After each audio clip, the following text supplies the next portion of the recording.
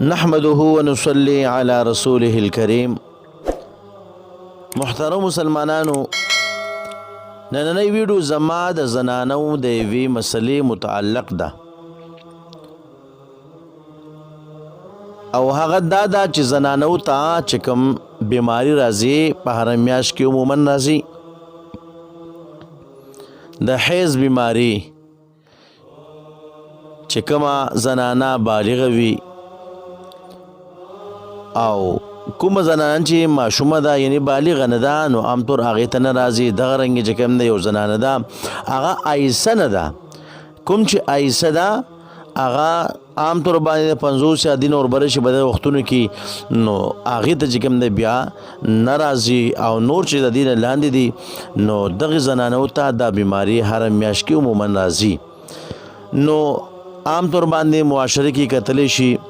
چې زنانه دي د قرآن سبق له چې کوم دی ځي راځي، څوک چې کوم دی ناظره وایي، څوک چې کوم دی ترجمه، نو د قرآن پاک دا تعلیم او تعلم دا چې کوم دی دیو حاصلی نو دې زنانو چې کوم دی په دې کې څه پکار دي، یعنی د قرآن پاک تلاوت دیو کولی شي او که نشي کولی او د ذکر او اذکارو چې کوم دی څه حکم دی. نو دا زنانه دیو د حیض په حالات کې بعد قرآن پاک تلاوت نه کوي، کوم چې دا خاص بیماری ده او نه به قرآن پاک له لاس وړي. ها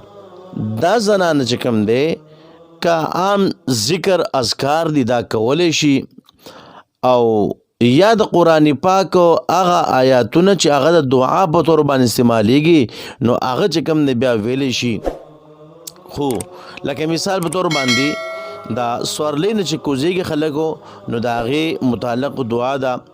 رب انزلنی منزلا مبارک وانت خیر المنزلین. اوس دا د قرآن پاک آیات شریف هم دی نو دغه وخت کې دا د قرآن پاک آیاتونه دي خو د دعا په طور باندې استعمالي کې بیا ویلی شي، خو عام تلاوت دا زنانه قطع نه کوي. او ما معاشره کې چې کوم دی اندازه واخیستله د دې مسلې نه زه خبر شوم چې زنانه د بیمارۍ په حالات کې چې کوم دی د قرآن پاک تلاوت هم کوي او د بیمارۍ په حالات کې هم چې کوم دی دا سبق لځي. دا ډېر د افسوس خبره ده. ولې زموږ دا زنانه چې کوم د دومره په غفلت کې دي، ولې چې کوم دی د مسلو نه ځان نه خبري، ځان خبرول پکار دي په ځای د دې باندې چې ته وایې زه به د ثواب کار کوم په هغې کې به چې کوم دی ته الټه به ګناه کې راګیرې. نو زنانو ته چې کوم دی دا زما اهم پیغام دی، ډېر ضروري پیغام دی